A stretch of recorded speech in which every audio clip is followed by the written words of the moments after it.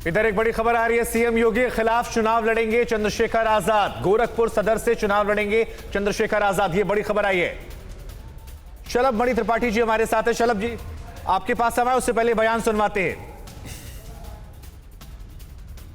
मैंने साथियों के साथ संकल्प लिया कि हम अपनी लड़ाई खुद लड़ेंगे और साबित करेंगे कि हमें क्षमता है। मैं समझता हूं कि हमने पहले भी लड़ा जिला पंचायत चुनाव, तब भी जीते और अब भी लड़ेंगे। अब भी जिताता कौन है? जनता तो जिताती है ना। हमने काम किया है, हम अपने काम के दम पे जाएंगे। समय कम है लेकिन उम्मीद है आजाद समाज पार्टी बेहतर करके दिखाएगी। कितनी सीटों पर आपकी तैयारी है, कितनी सीटों पर आप लड़ेंगे, इसको लेकर कुछ? हम मैक्सिमम सभी सीटों पे लड़ेंगे। तो देखिए, चंद्रशेखर आजाद साफ कहते हुए कि जनता जिताती है, अब जनता के दरबार में जाएंगे। तो अखिलेश यादव के दरबार के दरवाजे तो नहीं खुले इनके लिए अभिषेक, वहां तो गठबंधन नहीं हो पाया। लेकिन ये कौन सी मैसेजिंग है? सीधे सीधे उत्तर प्रदेश के मुख्यमंत्री के खिलाफ चुनाव मैदान में आकर क्या चंद्रशेखर आजाद अपना कद बड़ा करना चाह रहे हैं? वही परसेप्शन की लड़ाई, क्योंकि बहुत मुश्किल लड़ाई होगी चंद्रशेखर आजाद के लिए। गोरखपुर से चुनाव लड़ने जा रहे हैं योगी के खिलाफ। देखिए, चंद्रशेखर इस समय परसेप्शन की लड़ाई लड़ रहे हैं, वो एक मैसेज की लड़ाई लड़ रहे हैं। और मैसेज ये जाना चाहिए कि वो प्लेयर हैं इस पूरे चुनाव में। क्योंकि अगर वो गठबंधन का हिस्सा होते, समाजवादी पार्टी गठबंधन का, तो वो भी पूरे जीतने के लिए लड़ते। उनको 2 सीटें ऑफर की थी अखिलेश यादव ने, नोएडा और गाजियाबाद की, और एक MLC की बात हुई थी। अगर मान जाते तो वो लड़ाई लड़ते कि जीतने की उन सीटों पर, चूंकि गठबंधन का सपोर्ट होता। अब चूंकि वो बात पीछे छूट गई है, तो अब वो परसेप्शन की लड़ाई है, अब मैसेज की लड़ाई है कि हम भी एक प्लेयर हैं। तो सबसे बड़ा मैसेज जाएगा जब वो गोरखपुर की सबसे हाई प्रोफाइल सीट पे खड़े होंगे। ये उसी बात का मैसेज है। और उनको लगता है कि इस बार नहीं लेकिन अगली बार ये मैसेज दलित वोटरों तक जाएगा और वो एक बड़ी फोर्स हो सकते हैं। ये अगले चुनाव की तैयारी है, इस चुनाव की तैयारी नहीं है ये। शलभ मणि जी, अगले चुनाव की तैयारी कर रहे हैं चंद्रशेखर, लेकिन इस चुनाव में क्या चुनौती मानते हैं आप उनको? मैं आ रहा हूं, साधना जी आ रहा हूं। नहीं, देखिए, चंद्रशेखर पे तो इस बात को लेकर भी चर्चा होनी चाहिए। आपने इमरान मसूद को लेकर चर्चा कर ली, ओवैसी साहब ने उस पर बयान भी दिया, पर चंद्रशेखर के साथ किसने क्या किया, कैसे दलितों का अपमान किया। चंद्रशेखर ने खुद कहा कि बेचारे वो तो बार बार कहते रहे कि भाई समाजवादी पार्टी हमारे साथ गठबंधन कर ले।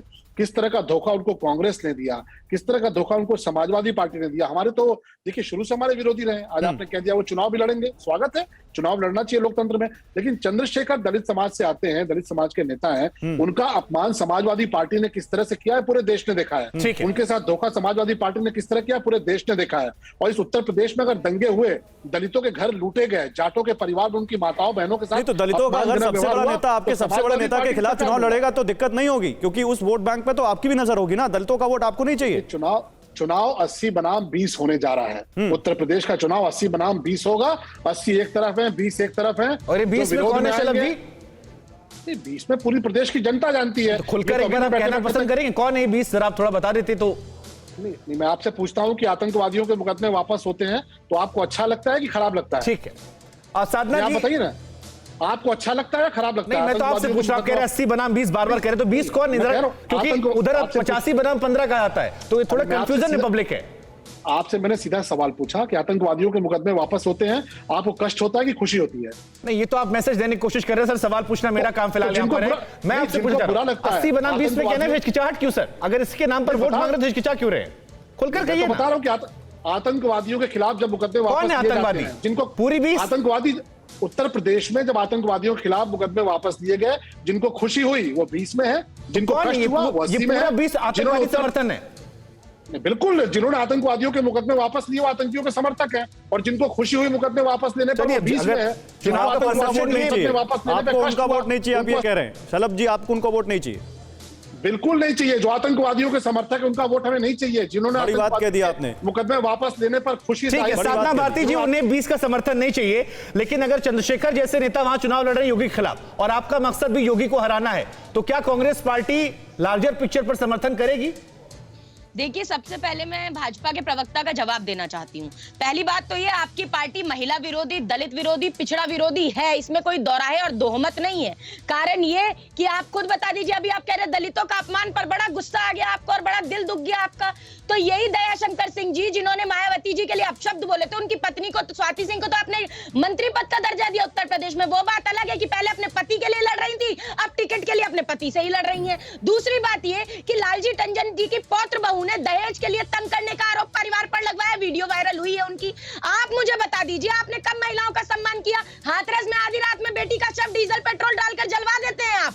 उन्नाव के अंदर कुलदीप सेंगर आपका विधायक बलात्कारी, हमने तो उस उन्नाव पीड़िता की मां को टिकट देने का काम किया है। क्या आप अपर्णा यादव, रीता बहुगुणा जोशी जी को मुख्यमंत्री यहाँ खबरें सुनाई पड़ती है, राजस्थान वाली भूल जाते हैं हम लोग। दो अलग अलग राज्यों को लेकर दो अलग अलग तरह से आपकी पार्टी की सोच होती है। ये तो आरोप आप पर भी लगते हैं कि वहां पर नहीं जाते हैं, लेकिन लखीमपुर में सब पहुंच जाते हैं, पंजाब से लोग आते हैं। नहीं, उत्तर प्रदेश में ही बात कर लेते हैं। शुभांकर, तौकी रजा कौन है? साधना भारती तौकी रजा कौन है?